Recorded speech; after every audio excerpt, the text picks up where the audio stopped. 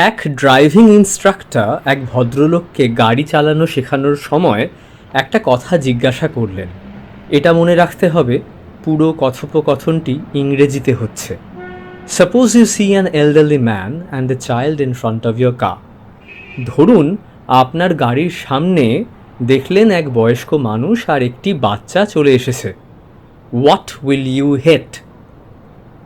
ভদ্রলোক বেশ কিছুক্ষণ ভেবে বললেন, বয়স্ক মানুষটিকে, কারণ বাচ্চাটির সামনে একটা উজ্জ্বল ভবিষ্যৎ অপেক্ষা করছে। এই উত্তর শুনে ইন্সট্রাক্টরটি প্রায় চেঁচিয়ে বললেন, you will hit the brakes, you will hit the brakes, আপনি ব্রেক কষবেন। তাহলে ভদ্রলোক ওই রকম উত্তর দিলেন কেন? আসলে ইংরেজিতে কথা বলতে পারলেও ভদ্রলোক এটা জানতেন না ব্রেকসের সাথে হিট কলোকেশন ফর্ম করে।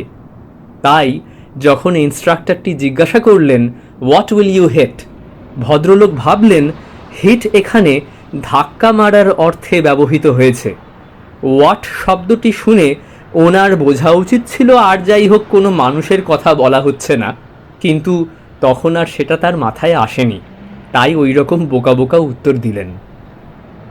ব্রেকসের সাথে পুট অন এবং স্ল্যাম অনও কলোকেশন ফর্ম করে। যেমন ধরো, he suddenly put on the brakes, he slammed the brakes on when a child ran in front of his car, he slammed on the brakes but it was too late.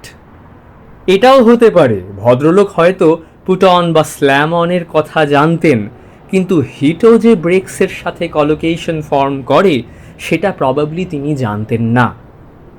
অর্থাৎ আগের ভিডিওতে যেমন তোমরা জানতে পেরেছিলে শুধুমাত্র গ্রামার শিখলে হবে না, এখানে দেখতে পেলে শুধুমাত্র আলাদা আলাদা শব্দের মানে শিখলেও হবে না, কোন শব্দের সাথে কোন শব্দ কলোকেশন ফর্ম করে সেটাও জানতে হবে। যারা কলোকেশনের ইন্ট্রোডাক্টরি ভিডিওটি দেখোনি তাদের জন্য ওই ভিডিওটির লিঙ্ক ওপরে আই বাটনে দিয়ে দিয়েছি। সে তো হলো, তাহলে কলোকেশন শিখব কী করে? কিছু বই এমন থাকে যা প্রত্যেকটি বাড়িতে থাকা উচিত, কারণ সেই বইগুলি সারা জীবন কাজে দেয়। সেই বইগুলির মধ্যে একটি হলো এই বইটি, অক্সফোর্ড কলোকেশনস ডিকশনারি।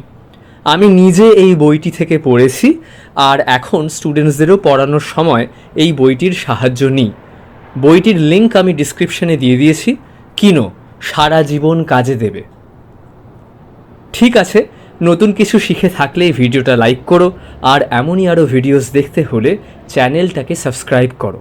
আর একটা জিনিস, ফ্রেজাল ভার্বের ওপর একটা সিরিজ আমি শুরু করেছি, ওটা আমি শর্ট ভিডিওর আকারে আপলোড করে যাব। অবশ্যই দেখো, অল্প হলেও কিছু না কিছু নিশ্চয়ই শিখতে পারবে। চলো, টেক কেয়ার।